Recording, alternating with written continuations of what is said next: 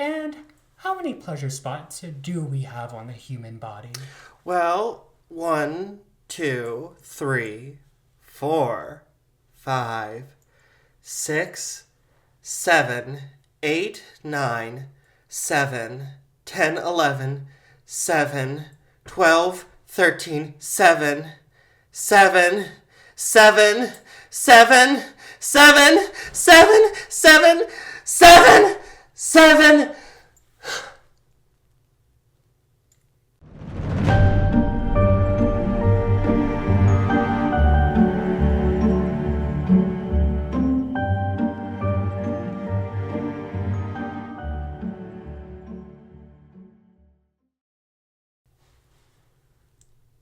And welcome Anyway, back to our regularly scheduled programming. And welcome back to episode 69 of Crips and Corks. I'm your host, DJ. Here with my co-host. Here with my co-host. I thought you were just jumping in and introduce yourself. Nope. He's here with his co-host, Paul. As usual. You'd think 69 episodes in, I'd be clued in as to what I'm supposed to do.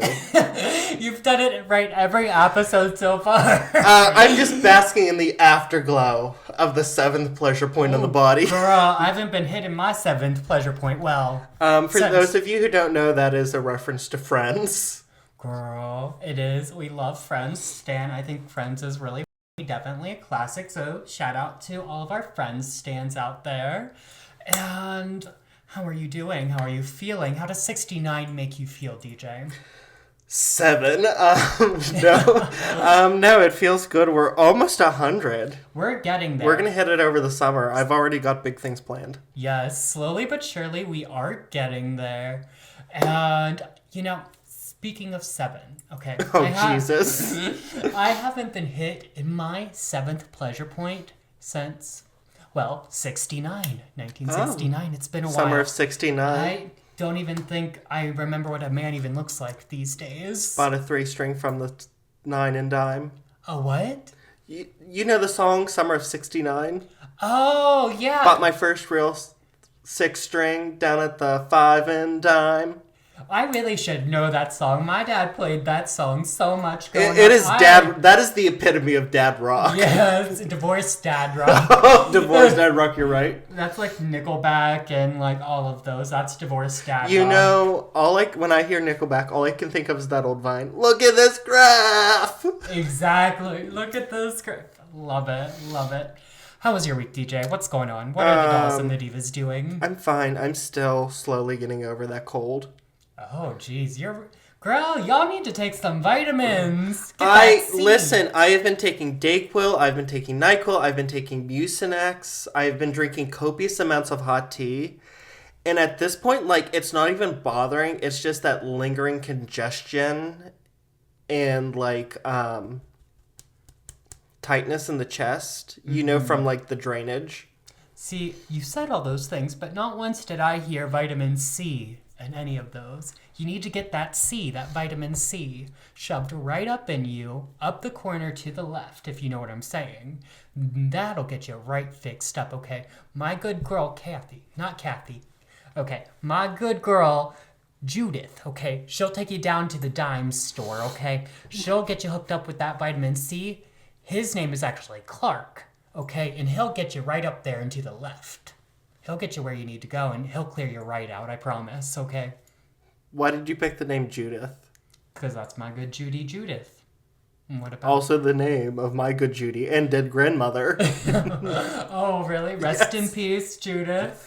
Thanks for introducing me to Clark. Judy. Get me all cleared out and everything. How was your week? My week has been interesting. I, like many Americans, have been learning Mandarin on the app Red Note. I've been learning it on the Note. Yes, on the Red Note. I've been learning Mandarin. Ni hao. It's going well, as you can tell. And I'm really enjoying Red Note. I'm enjoying learning about the Chinese culture and just learning a lot about everything about life. And I really recommend everyone go on Red Note and see exactly what's going. As of right now, TikTok is most likely going to be gone tomorrow. Rest in peace, TikTok. By the time this comes out, it will be gone. Yes. For a week? Yeah, for a week. For a week. So we have to, like... I do want to throw a caveat in there. If the United States federal government is surveilling this, Paul's endorsement of Red Note is his own personal beliefs and not the beliefs of myself or Crips and Corks LLC at large. And I'm just learning Mandarin for my own personal use. But anyway, other than that, my week has been interesting. We are still sober. I've been working out and eating right, so we're going to see where that takes us, and we'll see how long that lasts. Because usually with me, I'll work out for a good month, and then, like, after the month, I'm like, yeah, I can take a few days off, and then the days turns into months, and you all know how it goes. So hopefully we can keep that up. And actually, I am kind of liking being sober. I'm kind of enjoying it. I know. So we talked about this last night where I was like, I want to break. And you were like, not me. Like, live, laugh, loving my sober lifestyle. Now, it's not that joyous. Like, there are definitely times when I definitely, like, I'm white-knuckling it and I really want that wine, bitch. I really want it sometimes. But we're staying strong. And we'll see what February brings. Maybe I'll only drink on the pod from here on out. Probably not, but maybe. Who knows? I don't know. It feels nice. How are you doing? I'm fine. It's nothing great. Yeah. I don't drink that much as is. I drink mostly on the pod, and then like if I go out to dinner or if I'm hanging out with friends, like I'm very much like a social drinker at this point. I may have, like, a glass of wine at the end of the workday. Mm-hmm. And I think, like, I haven't found that replacement for a glass of wine after a stressful work week or work day. Right. Like, and it's not even, like, I actually enjoy wine. It's not, like, the side effects. Like, I'm not drinking to get drunk. I have, like, one glass of wine and it's just, like... Right. And you know, this probably would be a lot easier if we also didn't cut out fast food, which is another one of our vices. Lord knows I love a McChicken, so that's been kind of rough. With myself, I'm more worried about, like, keeping on that. Yeah. I will say, though, my mind is clearer and I am a lot anxious. So a lot less anxious or a lot more anxious? A lot less anxious. Okay. Sorry. You said a lot anxious, and I was like, this can go one of two ways. I meant a lot less anxious. So there is hope in sobriety, and it's not all terrible.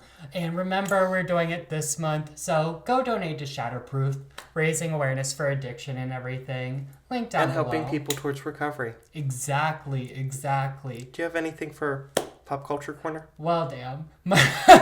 My week was kind of tied with Pop Culture Corner with the whole TikTok thing. Oh, okay. I mean, I do have an update, actually. You do? Yes. Oh. Do you remember a while back I told that story about the man who faked his own death? Yes. And the kayaking incident. He faked his death to and then he's pretending to be an Irish orphan. No, he fell in love with some woman, and I think it was Bavaria or somewhere.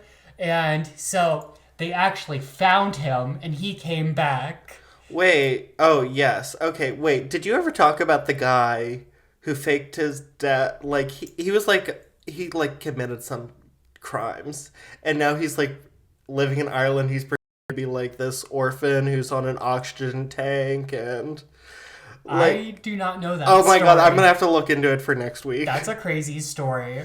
But you know what's crazy? I think that guy's wife didn't divorce him. I think that they are still together. So he whole ass faked his whole death to get away from his wife and his kids and be with some European lady.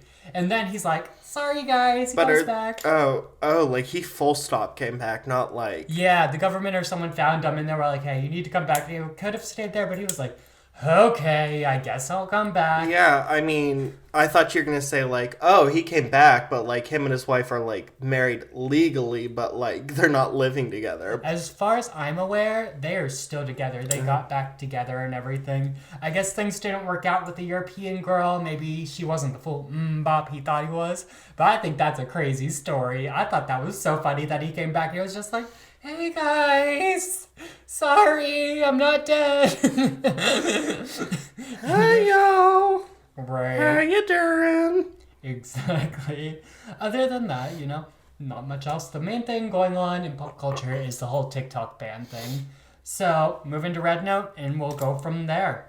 Do you have any pop culture or anything you'd like to speak of before we get into our beverages for the day? No.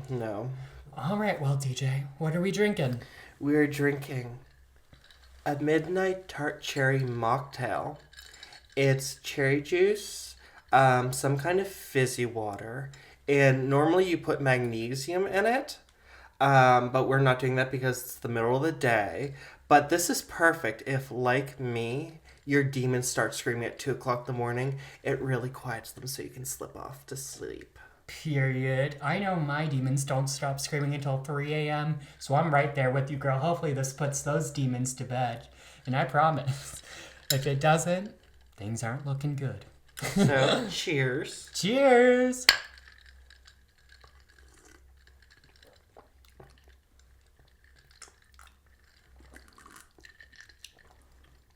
Okay. I think I put too much fizzy water in it. Yeah, because there's also vanilla and honey in it. And you can't really taste the vanilla or honey. Plot twist, Paul actually made the mocktail because it was his idea. I was going to go lazy. He was like, no, let me do this. So. No, you're right, though. I did put too much sparkling water in it because you're supposed to taste, like, the cherry and the vanilla and the honey.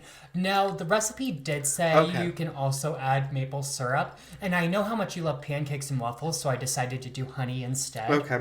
So, yeah, I don't mind it. It kind of tastes tastes good. And actually, that kind of explains the honey color that's going on in it. Yeah, maybe I put a little too much honey in it? I don't know. No, it's okay. It's good. But I've actually made the sleepy mocktail before. Oh, really? But I've just done it where it's the tart cherry juice. It's tart cherry juice. Magnesium powder. You do about a scoop of magnesium powder. And then you top it off with tonic water. Okay, yeah. And I feel like the magnesium powder is really the key to get you in time for bed. Get you ready for bed, get you sleepy. It didn't work for me. Oh, it's those demons. Apparently. But I also really do struggle with insomnia. Oh, I didn't know that. Yeah, I struggle really badly with insomnia, so it might just be one of those things where I have to stop self-medicating and just talk to my doctor. Yes.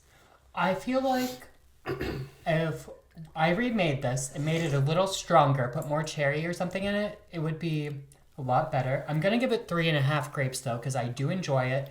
And if it put me to sleep, I would drink it before bed. It's really nice. You know, I'm actually going to give it 4 grapes because I think in terms of a mocktail, it's rather delightful, and I could sip on this for an afternoon while hanging out with you. Right, exactly. This is very nice. I would definitely recommend giving this Midnight Cherry mocktail a try. It's very nice, very nice. Yes. And I think it happens to tie in with our story today. It should, with the red color of the tart cherry juice. Yeah, it was supposed to be a little darker, but it's okay. We'll get there next time. But, let me tell you a story.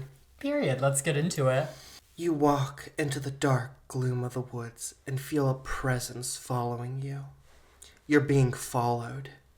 But rather than feeling cautious, you feel exhilarated. The presence is right at your back, ice cold radiating off of him. His breath tickles your neck. He's so tantalizingly close. You pause, savoring the sensuality of this moment before you speak. I know what you are, you declare boldly, confidently. I can't hear your thoughts. Say it, he commands, out loud. He's so close.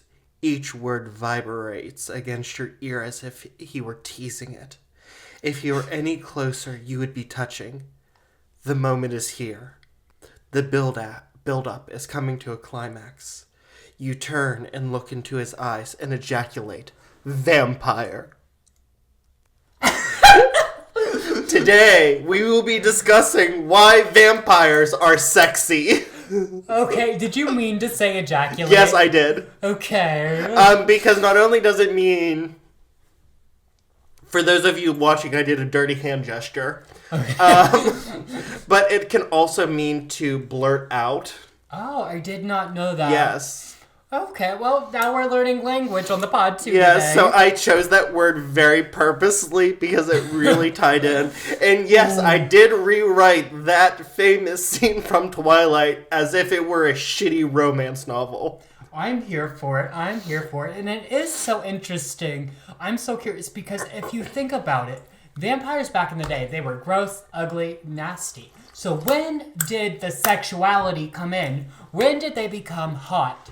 Okay, But- I'm going to tell you. Also, at the same time, people are thirsting over Nosferatu in that movie. And if you've seen that movie, it's kind of like gross. It's kind of like, he doesn't look cute. No, he's not. He's not sexy.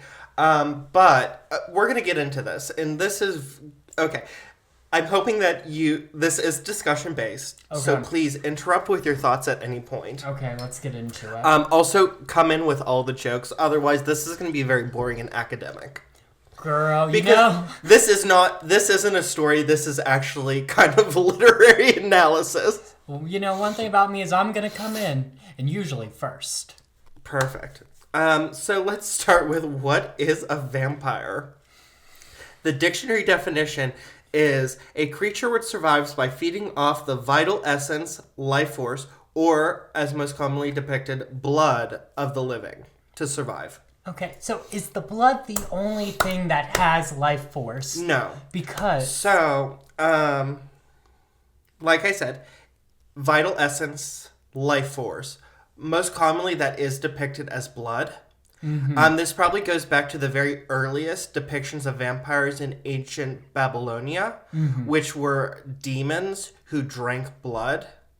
Oh. But they were tied in with other spirits which would suck the life out of you. Mm-hmm. So as the mythology went on, blood and life force kind of combined. Demons. So vampire mythology comes from a variety of cultures from across the globe, from Far East Asia to Southern America. Africa, African cultures has vampire lore. Famously, Eastern and Western Europe has them. Judaism, it's often believed that Lilith, Adam's first wife, queen of demons, was a vampire because that her and her demon offspring would feed off of the blood of others.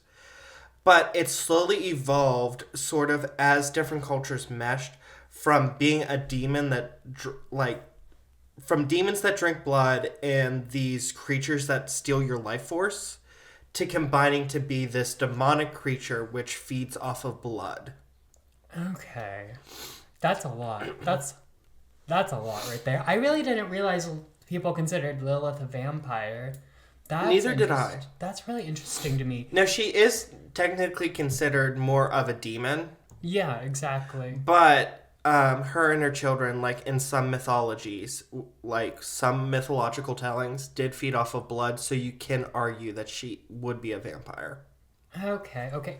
Now, these mythological tellings, are they coming from Christians or are they coming from other religions or... Other.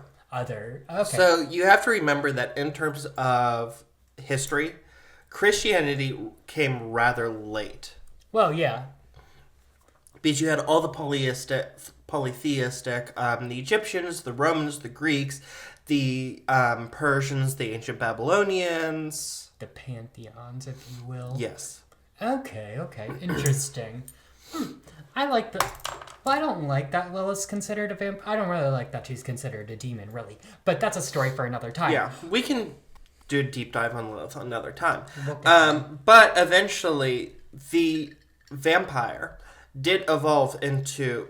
I think for us, we're going to strictly stay with the Western concept of a vampire. Mm-hmm. This creature that's kind of like a zombie that rises from the grave, and to suck the blood or the life force out of other beings to survive.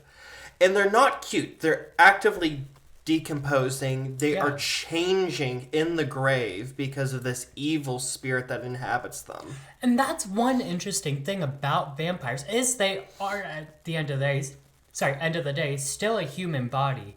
And human bodies are going to decompose unless there's some sort of magic or other force intervening. Now, the one thing about vampires is, and we talked about this when we talked about Bran Castle and the Strigoi, which was their vampire, is that you would big them up and they wouldn't look like they were decomposing. Yeah. There would be other telltales. The ears would look a little more pointed. The teeth would look longer and sharper. The nails would look like they're continued to be growing. But that's part of decomposition, because as the gums and the flesh starts to dry out, it makes everything look longer. Could you imagine if you were so ugly in life that they dug you up and were like, oh, bitch, still ugly, not a vampire. Like, they couldn't tell the difference between you decomposing and you just being ugly. But it's also so funny, it's so funny that, like, we need to see if they're actually decomposing or not. But also in Catholicism, non-corruptibility, which is when a body doesn't decompose, is a sign of sainthood and holiness. See, that is interesting. Where is the line? And that's the thing, like, in belief systems, it's a very thin line. Are saints vampires? Wake up, no, because sheeple. they're not rising from the grave to feed off of other people. Oh. Okay, but like, how do you tell the difference when they're in the grave? How do you dig up someone and be like, is this a saint? Is it a vampire? What's going on? Wake up, sheeple. Well, not to, like, ruin the story, because I'm going to eventually do this, but, like, in the New England vampire scare of the 1800s... Yeah. All these people started getting sick, like, suddenly sick, and they couldn't understand it. And eventually they were like, it must be a vampire. And they dug up somebody, and she seemed to not be decomposing. And it was that she had tuberculosis. The bark. Which does affect your body chemistry. And also she was buried in winter.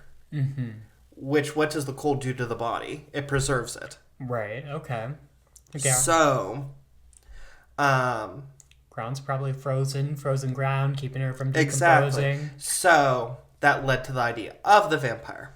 Okay, that's... So, it's many different things, but the vampire is this grotesque being, this other thing, this creature.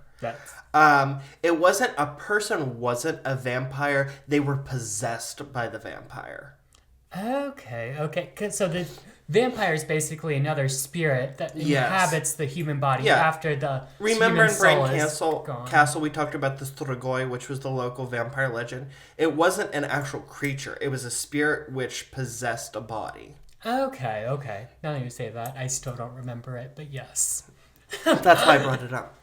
So when exactly did these hideous, blood-sucking creatures turn into objects of sexual desire? Ooh. I'll tell you exactly when. Oh, okay. Excuse me. 1819. 1819. Okay. What happened in 1819 that brought them all sexy? A novella by John William Polidori called The Vampire was published. Okay. Now, this story follows a man named Aubrey who travels with the handsome and charming Lord Ruthven. And Aubrey quickly learns that Lord Ruthven loves nothing more than ruining other people and seducing young girls into ruin. Oh. So Aubrey is disgusted by this, so he actually leaves Ruthven and goes to Greece, where he falls in love with a young Greek peasant girl, and he learns about the lore of the vampire. Okay. And his young Greek lover is actually killed. Her throat is ripped out, and she's stabbed. And he ends up getting nursed back to health by Lord Ruthven, who comes back for his friend. And he's like, well, Ruthven kind of matches this description, and, like, I know he loves to ruin people. Do I trust him? Do I not trust him? But he ends up, like, trusting him and continues traveling on him until they're attacked by a band of thieves. And Ruthven is mortally wounded, and as he's dying, he makes Aubrey promise him that he will not tell anyone about his death for 1 year and 1 day. Okay. And then dies. That's so specific. Well, Aubrey goes back to London, finds Ruthven, now pretending to be an English earl, the Earl of Morden, I think, and engaged to his own sister. Oh. And he basically like has this entire nervous breakdown and a series of strokes because he wants to tell his sister what happened but feels like he can't break the oath. And the day of the wedding is set for 1 year and 1 day after this event. And he has like this massive stroke, and he finally says, Ruthven's a vampire, and they rush in and they find his sister who just married this man murdered with her throat ripped out and Ruthven gone. That's a lot. That story is a lot. There's a lot of incest, a lot of underage things going on. But I guess... Why is there incest? You said he was engaged to his sister. Ruthven was engaged to Aubrey's sister. Oh, Aubrey's sister. I thought you meant his own sister. No. Okay. I did say his own sister. I meant Aubrey's own sister. Aubrey's own sister. Okay. Well, I don't know how I feel about the name Aubrey for a man. I don't. It's his last name. Oh, it's his last name. Okay. But where's this? None of this is sexy. Where's the sexy coming in, DJ? So...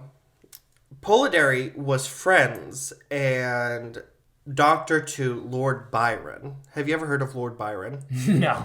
Okay, he was an early English romanticism poet, and he was the sexy guy of the day. And he was notoriously sexual, I don't want to say sexual. He was notoriously promiscuous, notoriously bisexual, and notoriously libertine. It is interesting how many bisexual guys there were back in the day. I mean, there still are, it's just not as accepted. But there were a lot of them back in the day, trust and believe. We know what y'all were doing over in that Vietnam War, okay? I've heard the stories. So this was Lord Byron. Lord Byron? Okay. Mm-hmm. He's interesting. He's like, okay, I don't think he really has a chin, but that's fine. I guess that's what they're doing in 1819. But he was the, like... it boy of the day. Okay, he looks hot in that picture. And he's a vampire? No. He's the poet. He's a poet who was friends with Polidori. Okay. And where's the vampire coming in?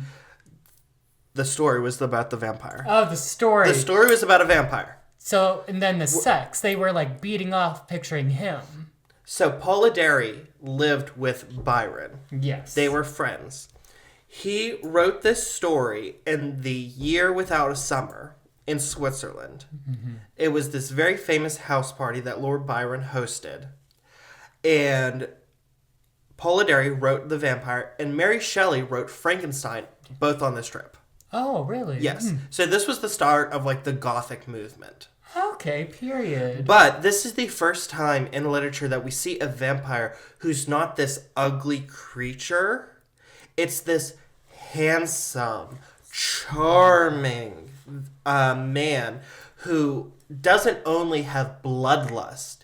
He sort of is titillized by ruining other people. Now, I get titillized every time I go to the Trader Joe's. Have you ever been to their produce section? It's nice. You'll be titillized there. You should probably go. And also, we're also seeing a departure from peasant folktales. Lord Ruthven is a member of the aristocracy. He mixes with high society, which these were the celebrities of their day. Oh, okay, yeah. So imagine, like... They're the Kardashians. Yes, it's very much like, imagine, like, if Kim K goes, vampires are sexy. And then, now vampires... They are. Yep, vampires are sexy now. Like, these are the trendsetters. And... like, Lord Byron was, like, it might be that Lord Ruthven was a little bit inspired by Lord Byron. The love of seducing, the sort of promiscuousness, the devil-may-care-ness. Mm-hmm. And actually, Byron's own lover, Lady Caroline Lamb, actually wrote another novel that was a very thinly jab at Byron after they broke up, called Glenarvan, about a man named something de Ruthven, Earl of Glenarvan. Oh my gosh. It always gets me, these literary people who, like, write like insults to each other, but it's back in the day, so they have to like publish it or mail it or whatever. They can't just like post on Facebook. Well, I guess it kind of is like. Well, actually, poor Caroline Lamb. She was actually married to a man named William Lamb, Viscount Melbourne, who was desperately in love with her. But she was desperately in love with Byron. She coined the term mad, bad, and dangerous to know about Lord Byron. Okay. What I was going to say, it's like the Facebook post in the day. Oh, okay, yeah. Yeah, for sure. It is kind of like the Facebook posts back in the day. But Lady Caroline Lamb was so in love with Byron that she wrote this novel, like, basically denouncing him for, like, being so promiscuous. Oh. Going crazy, having to be locked up in an institution and dying. Girl, I bet reading that back in the day went crazy. Oh, yeah, because it was nothing was held back. And that's the thing about Byron and his set, is nothing was held back. It was all about exploring sexuality, but you couldn't say that. You had to hide it. And this turned the vampire from a folk legend into a metaphor, exploring the person's deepest desires. Oh, okay. And it makes perfect sense. I mean, think about a vampire's bite. Literally penetrating your neck to ingest your life's fluids. It's the perfect metaphor for sex. Penetration, swapping of bodily fluids. Now that you say that, it really is, like, it's so intimate, too, like, because when a vampire bites you, you're basically becoming sired by them, so you're becoming... Exactly. And it's normally depicted on the neck. Yeah. Which, I don't know about y'all, but when I get kissed on the neck, I go a little... Right. I'm putty. Or even, like, when we were watching Nosferatu, right It on was the chest. Yeah, which is another intimate place. Or, you'll see this in a lot of in old vampire movies, it will be on the wrist. Oh. Which there is something, I don't know, there's something kind of sexy about kissing somebody's wrist, like right there where the veins are. Well, that's because you've been watching too much Bridgerton. I don't know, like there's just something so intimate. It's not a sexy part of the body that somebody would like kiss it. That there's like, you don't think of it as sexy, that in somebody kissing it kind of feels very intimate. Okay, I guess if you think of it in a way, like, these are places no one really touches you. Yeah. Or, yeah, if you think of it like that. Yeah, because I'm not, like, grabbing you like this. My wrist alone. I just touched your wrist and you literally pulled away. I am pure. Okay. My wrist is pure. Except for Tuesdays at the interstate. Come on down to the Quick Trip, okay? The I-80 truck stop, the world's largest truck stop. Yes. Catch me at the world's largest truck stop. So, vampire's bloodlust became the perfect mask for our own exploration of our own lust without being shunned by society. So let's get into the next hot vampire book, Carmilla, which was written by Sheridan Le Fanu in 1872. Okay. The novel tells of Laura, the lonely daughter of an Englishman in Austria. One day, a carriage accident sees a girl named Carmilla coming to stay with them. Carmilla and Laura become fast friends, but Carmilla makes repeated romantic advances towards Laura. Before Laura begins to grow ill after dreaming of Carmilla being a blood-sucking beast. At the climax of the novel, Carmilla is revealed to be a centuries-old vampire who's been seducing women for centuries. Lesbians. I like it. Lesbians. See, representation matters. Now, this book, the lesbianism was super overt. Yeah. There was no covering it. It was Laura was being seduced by another woman. I might have to look into this. And nobody said anything because it was, well, of course, a monster was doing it. Oh, so it's okay. They were demonizing it. They weren't, well, kind of. I mean, they were saying... Society was demonizing, but actually, Le Fanu was fairly ahead of the time. It's actually pretty much, the main themes are feminism and lesbianism. The two main male figures, Laura's father and his friend General Spielsdorf, are both shown as bumbling and actually as the catalyst for the vampire's attacks. Okay. Interesting. Whereas Carmilla and her mother are shown as being these masters of charm and sophistication and are able to get what they want. Where is this movie? I need to see this movie. Fuck Nosferatu, I need to see that. I need some badass girls. We'll find it. I want to see some cooter touching in the theater, okay? So, mentioning the cooter touching, the romantic relationship between Laura and Carmilla is shown as something not otherness. It's just shown as being, and it starts from this mutual dependency. Okay. They're both equally in love, and even after learning what Carmilla is, Laura is torn between her disgust at what Carmilla is and her desire to be with her lover. Oh. So look at that. It's, I hate the creature, but I'm in love with her. Which nobody realized. They're just like, of course, disgusting. It's a monster. But realize, it's just a lesbian love story. That's so tea. It goes back to those medium ugly guys. The medium ugly guys are the ones you want. They're not the prettiest, but most of the times they got that good personality, and they'll get you there, okay? I like that. I need this movie.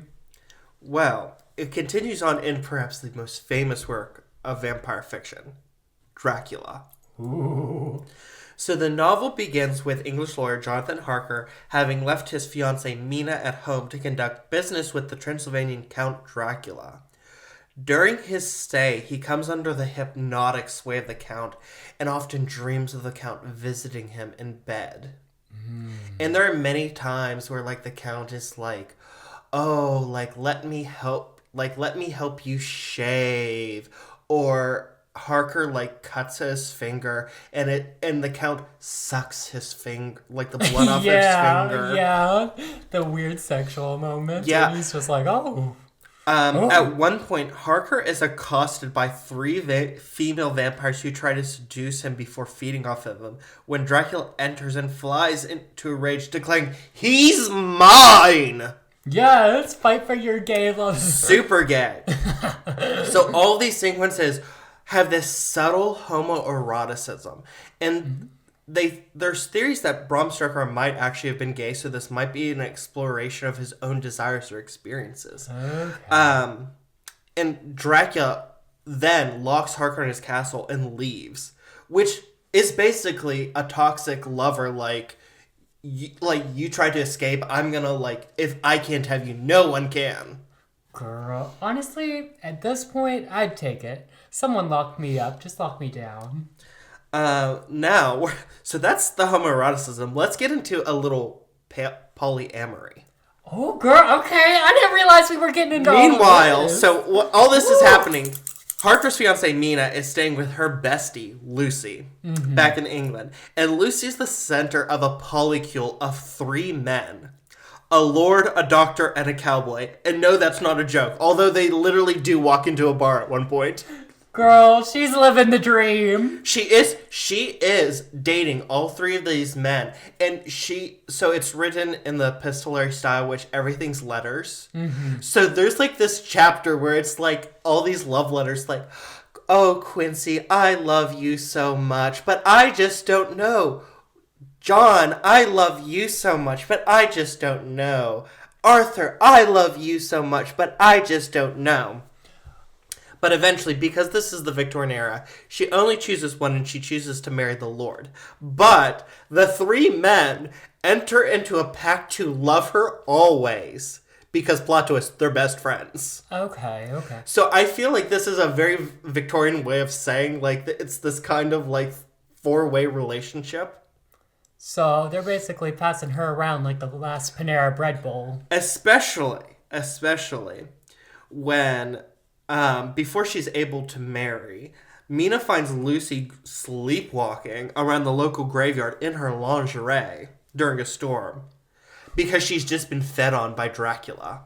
Could you imagine? She's just out of the rain. She's like, oh, Be a shame if someone were to see me out here all wet. So I love Francis Ford Coppola's version of Dracula because it really plays up the eroticism because I've read the book twice, and there's this eroticism that's underboiling everything in the book, and he really made it overt, and it's wonderful. So, like, Lucy's, like, walking around, like, her nips are out, and... It'd be a shame if someone were to see me all Dracula's wet. feeding's very sexualized. But after this, Lucy is visited nightly by Dracula, who feeds off of her as she lays in bed. Ooh. Meanwhile, all three of her suitors offer up their veins for blood transfusions to save her. More swapping of fluids! Okay, but growth like casting couch. Yes, and so I kind of see this as a metaphor for... So, like, it's just blood swapping, blood transfusions. But Dracula is, like, pure carnal lust, whereas the three men are in love with her. Their swapping of fluids are, like, invigorating her, while Dracula's is draining her. Okay. Nonetheless, Lucy dies of blood loss, leaving her polycule lost and without purpose, until Professor Van Helsing notes that children are going missing near her grave and deduces she must have turned into a vampire. Oh, and she's killing the kids. Okay. Now we're going to get into an exploration of the fear of a woman's sexuality. Okay. Lucy's transformation from human to vampire has also taken her from a gentle, doe-eyed ingenue to a lusty, busty vixen. Okay. This is an actual quote. Lucy Weston raw, but yet somehow changed. The sweetness was turned to adamantite, heartless cruelty, and the purity to voluptuous wantonness. She's basically going around, like, all sexy, like, let me get that blood. Oh, girl, she grew up, girl. She had that glow up, okay? She had that glow. But it was like, because this is the Victorian era, this is something that should be scared. Women should not realize their own sexual power. There's something wrong with that. Oh, so now that she's a demon, she's Yes. in her... Okay. And this, that really ties into the, like, if Stoker was gay. Mm-hmm. Like, a woman who's sexual is dangerous because she can prey off of men, and that leaves less men for me to prey on. He's getting nervous, girl. And finally, Dracula also explores feminism.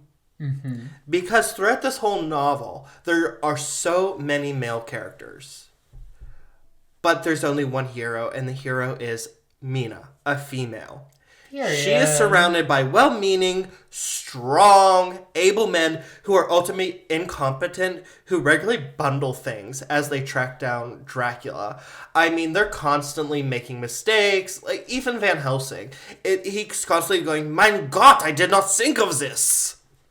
Interesting. I'm loving all the women power in these Yes. stories. The empowerment of women is something close to my heart. Love it. Yes, and this is something that you could not explore openly. It was taboo. It was propriety would shun you for it. Ooh, that's a But if you mask it behind this creature, it's okay.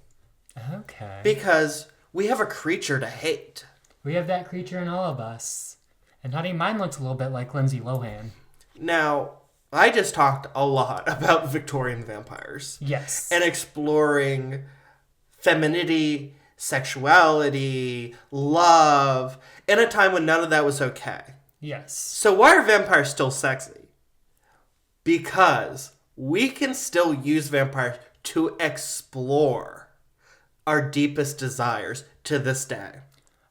Oh, so it can kind of be like if we write this story about what we really want, it's okay because it's this monster. Exactly. And so back then, none of that was okay. So they had to hit it with a monster. But now all of that's okay. So why are we still fascinated by vampires? Because it's still a good metaphor. Yeah, for sure, for sure. So in 2005, a new vampire classic was published.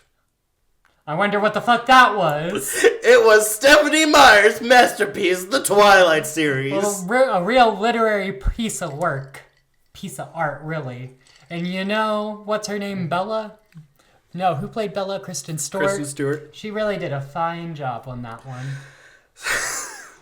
So for those of you who don't know, the story goes over 4 novels, and it covers how teenage Bella Swan meets and falls in love with Edward Cullen, a century-old vampire living with his family of like-minded vampires who walk and live among normal humans until ultimately Edward transforms her into a vampire in the 4th book.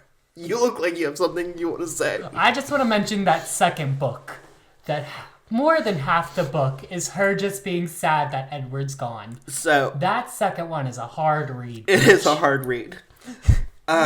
So this isn't. So these books aren't so much a look into sexuality as they can be seen as an exploration of kink, taboo, BDSM culture.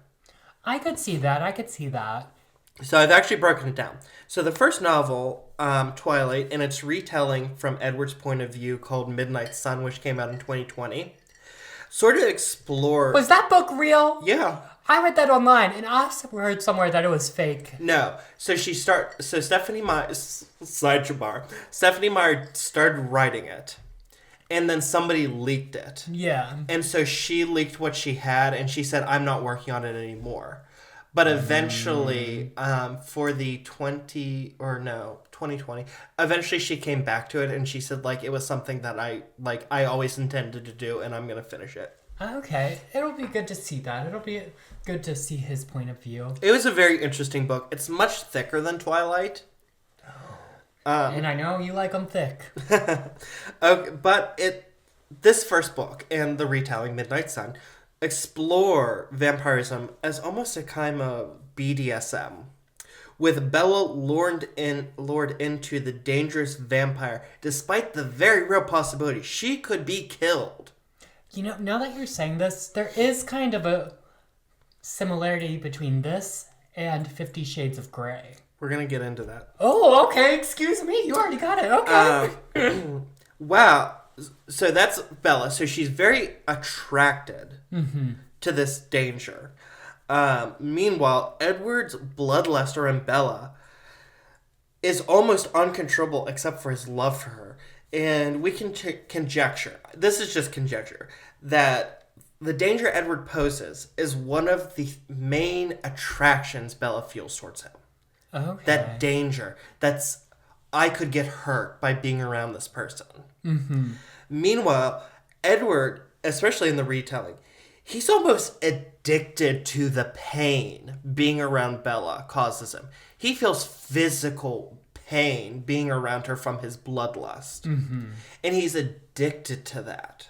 Yeah, that's so true. Okay, so he's addicted. In BDSM, they love the pain. Yeah, okay. the sadomasochism.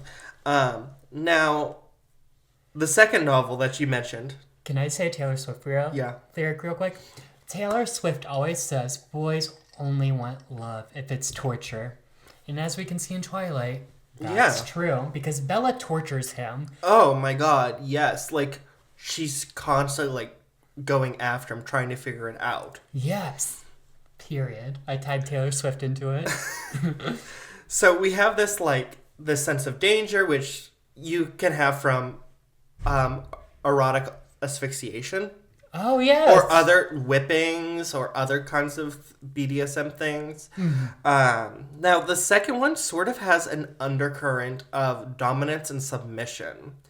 Very early on in the book, Edward and his family are leaving for Bella's safety. And before he leaves, he says, promise me you'll take care of yourself and be safe. Mm-hmm.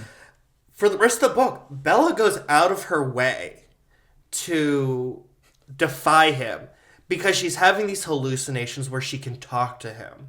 She's being a brat, basically. Yes, I literally have that in there. So it's this move that's, and in BDSM, a brat is a position of a submissive who enjoys to push buttons and break rules, both for their own sexual pleasure as well as for their dominance. Yes, I see it now. Now that you're saying, girl, we were reading this in middle school with no clue. No clue. And also, this is the book where the whole side love story with werewolf Jacob is. Jacob is sort of presented as this vanilla nice guy. Nice guy. Yeah. I'll give you anything you want. I'll never hurt you. Yeah, yeah. And she's like, no, I want the danger. I want the pain. Ooh, she got a taste of the thrill, and she wants the thrill. Now, the third novel, rather than pushing the limit of sexual exploration, almost brings it back and goes into a return to the values of another era. Okay. So, Bella, at the end of the second book, Edward has asked Bella to marry him, and she said, basically, she says maybe. But a whole subplot of the third book is he wants to set a date for the wedding, and she wants to have sex. Yes. And so it's this juxtaposition of Edward's early 20th century virtues and attitudes towards sex. Sex only comes within the bounds of matrimony. Whereas Bella is this 21st century girl, sexually liberated, and like, we can have sex before marriage. Mm-hmm.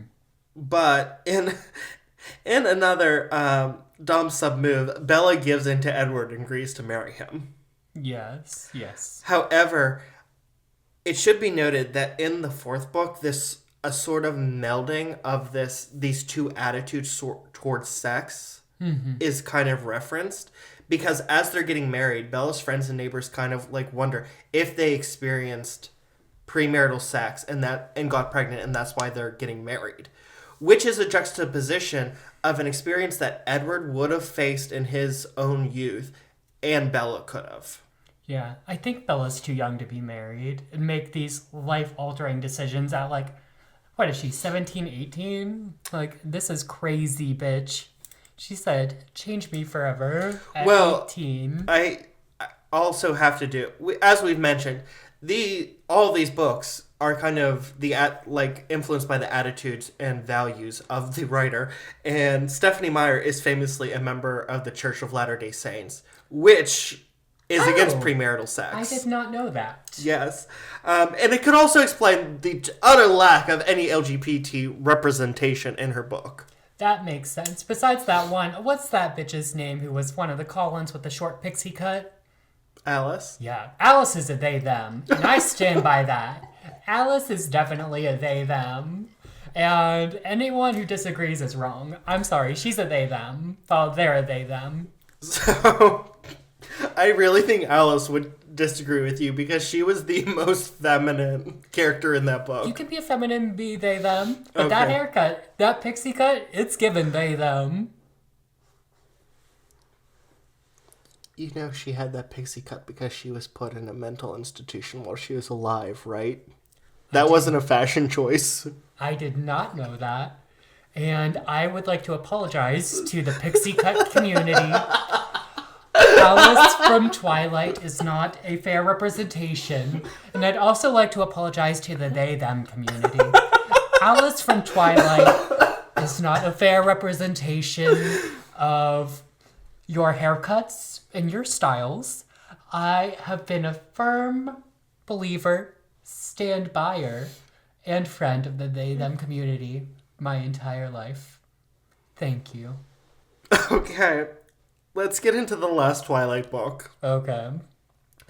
The fourth novel explores the idea, and this is all an upcurrent. I'm talking like it's so out there. It's something you have to dig deep for. Mm-hmm. It explores the idea of the sexual switch. Okay. Which is another part of the BDSM community, where you switch between being dominant and submissive. And because in this one, Bella is transformed into a vampire, and in her newly turned state, she is now stronger than Edward. And she, after years of being the protected one, the one who is delicate and has to be treated gently, is now in the role of protector. Mm-hmm. And this is seen, I mean, if you haven't seen the movie, if you haven't read the book, too bad. It's only been out for over a decade. Right. For 20 years now. Bella Cullen has been a vampire for 20 years. Actually, I saw this on the internet yesterday. Yesterday marked 20 years to the day that Bella Swan moved to Forks, Washington. Oh, wow. Thrilling. January 17th, 2005. Iconic. Did you celebrate? No, I didn't. Did you fork yourself? No, I didn't. It just happened to come up on my Instagram, and I was like, I gotta remember this. But it's explored not only in terms of, like, the bedroom. There are lots of sex scenes in this book. Yes. But also, it's seen in her role within the vampire coven, the family, where she protects them, and she's very strong, and she's become one of the main sources of protection for the family against the threat that's coming in. Okay. So, in conclusion... Oh, did you want to... Yes, I had to. What? Did you have anything to say before I concluded? Or do you want me to conclude and then you can... Well, after you conclude, can I talk about Twilight? Because I have thoughts on Twilight. Oh, yeah, talk on Twilight before I conclude. Now, do you really think Little Miss Stephanie Myers was thinking about all this BDM stuff when she was writing about... See, exactly. I don't think she was overtly thinking about it. Exactly. However, and also, a lot of people say, like, it does show the traditional gender roles as advocated by the Church of Latter-day Saints, which, to a hypersexualized world, we're reading into. But also, Twilight was the inspiration for 50 Shades of Grey, which is BDSM, although it's not accurate literature. Exactly. You've got this dark man with the kind of meek girl, and they come together. Twilight is almost exactly, it's like 50 Shades with less sex and more vampires and werewolves and shit. Because 50 Shades of Grey literally started as Twilight fanfiction. Oh, I did not know that. That's crazy. Literally. Actually, it was so graphic, it got taken down, and that's why, what's her name, E.L. James? I don't know. Like, changed it and, like, self-published. Mm-hmm. Now, this also goes back to, I think English teachers read too much into things, okay? They'll take something like, a writer will say something like, oh, he walked past a blue door.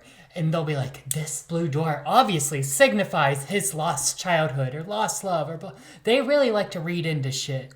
And honestly, I don't know if these authors are thinking about all this shit as they're writing it, or if it's just a blue door.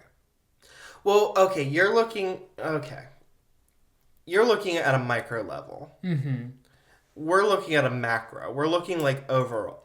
But English teachers, like, tend to do this, I feel yes. like. The English curriculum. They like to really read in and try and find... Because humans, we like patterns. We like to recognize patterns and things, so they like to And read this could be into something that we're making up, where somebody just wrote a vampire who happened to be sexy, and we ran with it, and it's exploration. And we're making it a greater piece of art than maybe it is. Possibly. But you do have to see, there is a noticeable pattern. Oh, yeah. Of vampires being used to explore sexuality, to explore a person's own sexuality, both within themselves, how they approach sex, sexuality, who they love and have sex with. I mean, Interview with a Vampire. Mm-hmm. The books were very homoerotic with this undercurrent of bisexuality, which, and the new AMC series really highlighted that in showing that all the vampires are basically bisexual. Right.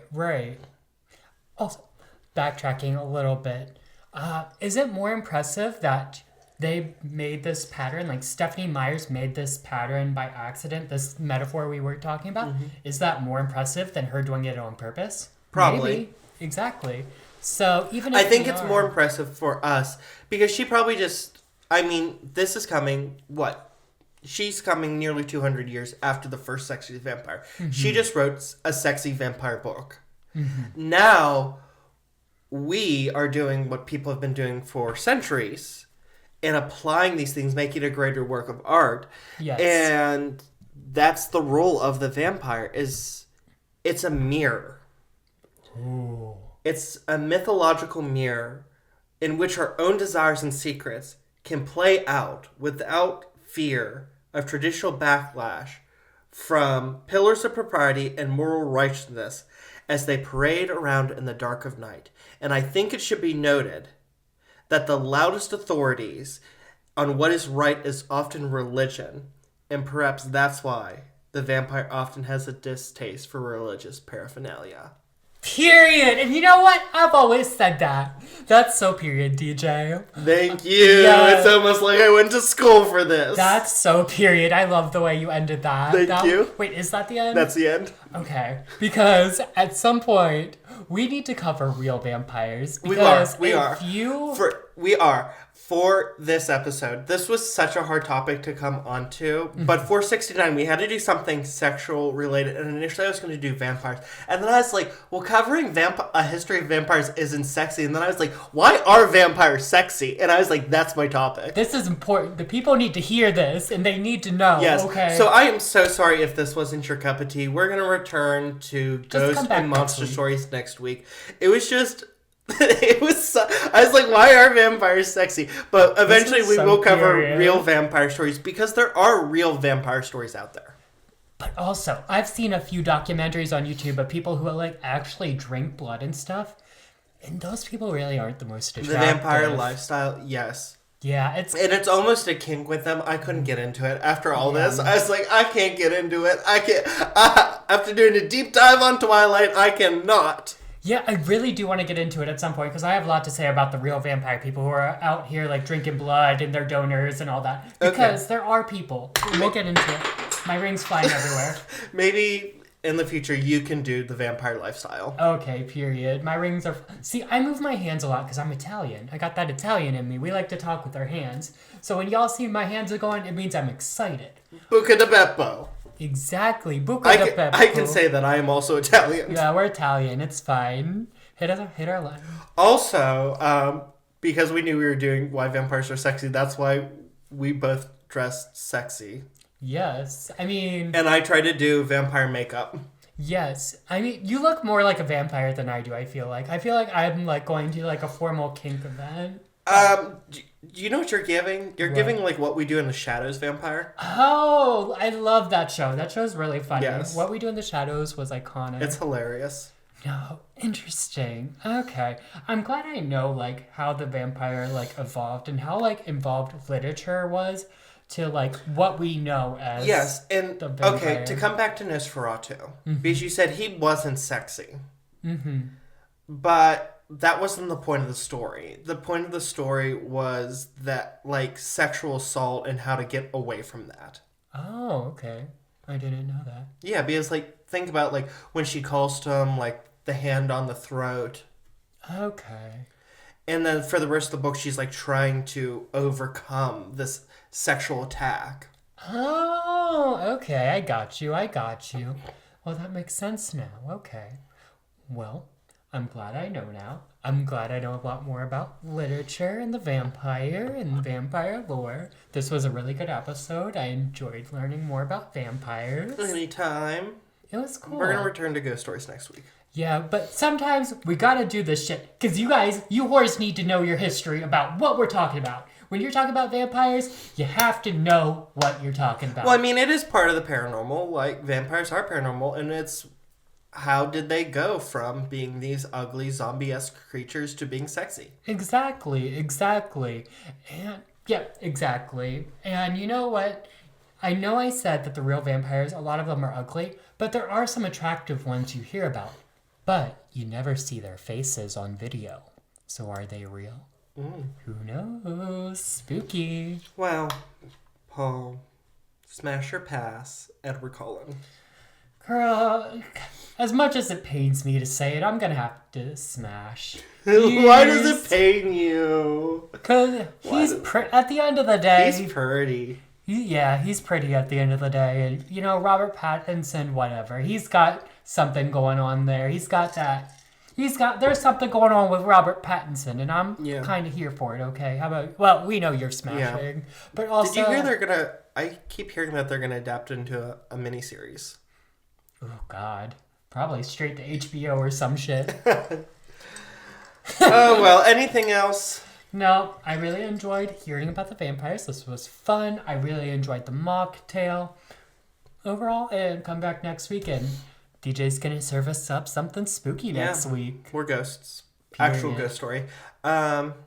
So be sure to like, subscribe, follow wherever you listen. Feel free to email us your personal stories. We'd love to start doing listener stories. Paul, where can they find you? You can find me at my personal Instagram and TikTok at Paul Ember. Oh, maybe not TikTok anymore. Find me at my personal Instagram, I guess, at Paul Ember, PAULEMBER. And if you'd like to follow me, you can follow me on Instagram at TheRealDeechPowers. And we do like to give back, so please, we are raising awareness for sobriety and recovery from addiction. So please, if you can, if you want to, go to www.shatterproof.org and donate there to help the stigma around addiction and help people towards recovery. And I think that's all she wrote. All right, period. So keep your... Oh, I did want to say one more thing about vampire sexuality. Let us know. It has to be said that, like, to kill them, you drive a stake into them. Penetration with a large, hard, wooden thing. And that's it. Remember, keep your grips tight. And your corks loose. Bye. I want to suck your kielbasa. Jesus.